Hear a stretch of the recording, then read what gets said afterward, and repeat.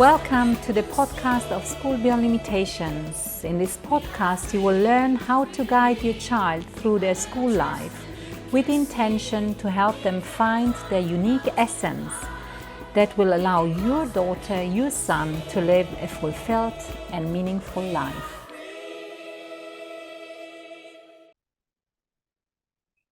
Well, Derek, it's always a pleasure to talk to you because we are colleagues. We work at School Beyond Limitations. We are, I guess, you as well as I am, inspired by what we are doing. And I think we both are believers in how important it is to be an inspiring facilitator also.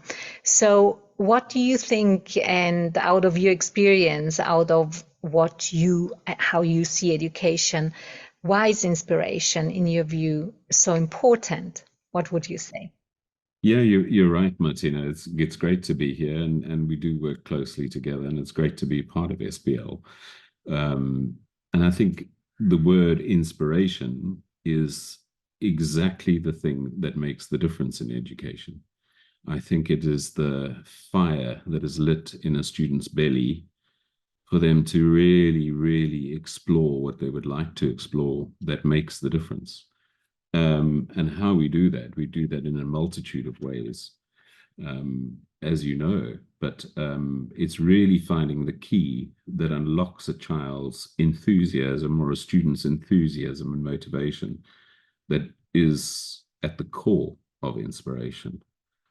Not always easy to find and not always tangible, but it is when you do find it, it's a gift.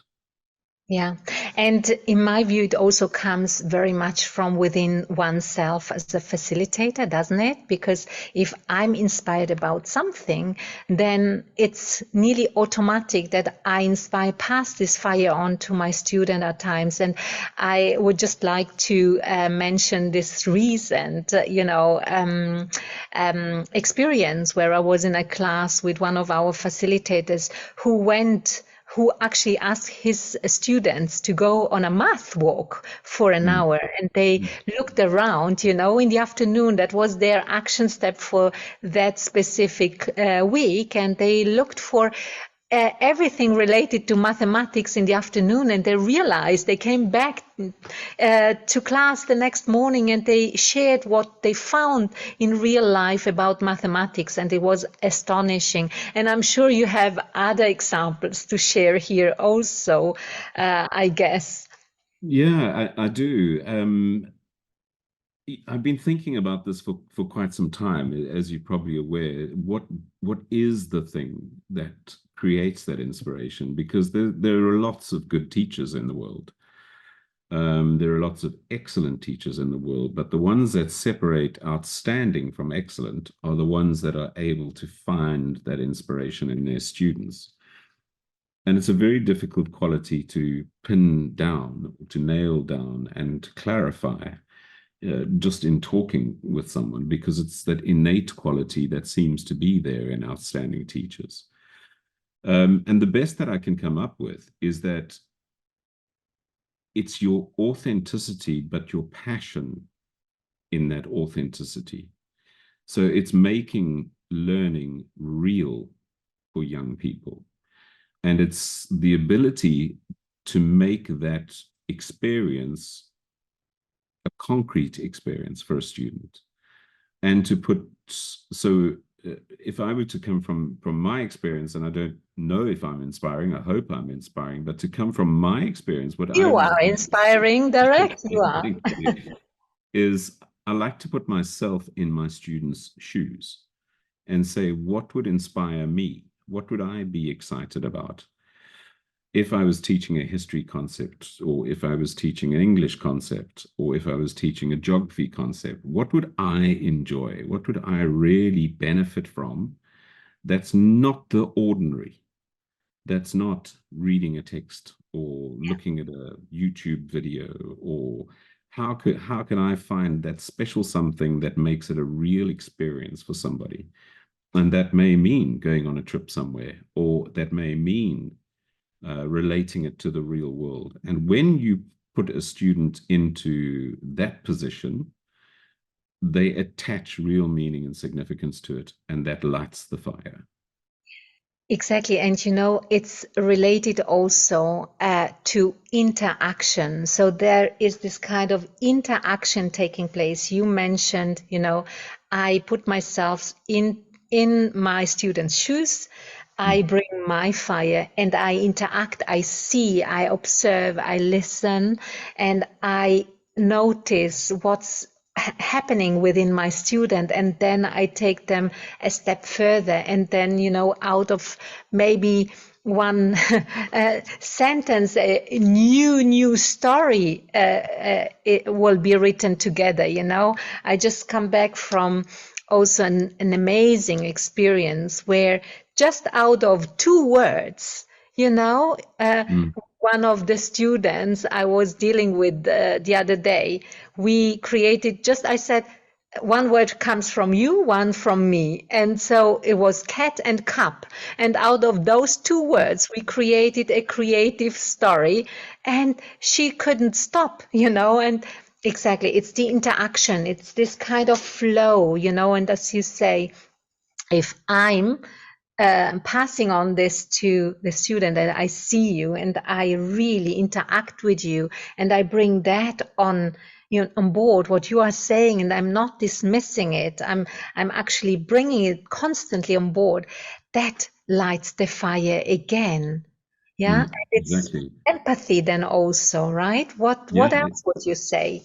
it's empathy, and it's everybody talks about knowing their students, but it's more than knowing. It's understanding your student, and very often that's an authentic, intuitive thing. So we also talk about assessment in the traditional way of, write a test and then I will know where my student is.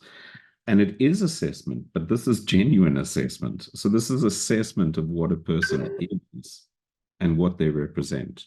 And once you get to the core of what a person is, once you understand that my student Joe is a little bit shy, but at the same time has a passionate interest about chess, then that sounds very simplistic, and it's not as simplistic as that, but it's that being able to touch the student authentically, and understanding them well, and that you can only do through interaction.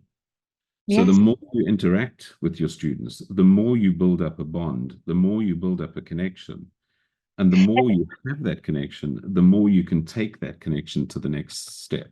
Yeah, and the more you go beyond limitations, because then you say, Exactly. just to getting back to your example of chess playing, right? And then you may say, okay, have you ever thought of participating in, a game, or in finding, the club locally, in playing not only online, in when on residential weeks we take chess game with us and making it relevant, reaching out to chess players maybe and making it relevant. Yeah. And that's again, different kind of Builds more energy. connection and a different kind of energy. And then you can take that into the academic. Where does chess originate? Where are the chess pieces from? Why are they designed this way? Where have they come from? How did chess develop as a game? When was chess played in history? Were there any famous historical matches played? The poetry of chess, the mind boggles with all sorts of ideas that can come out of one simple game, or one simple word, or one simple interest. Oh, just a second. I just realized I get a. No, anyways, I think what we wanted to say here is that inspiration is key, right? Inspiration is just key, and inspiration is something that we need to nurture all the time. And when there is inspiration, then, constructively and organically we create. And this is what we are doing at School Beyond Limitations constantly, don't we? And All the time, all yeah, the time. And it's those authentic connections that we're able to capture at SBL that we can take exactly. to the next level. Exactly.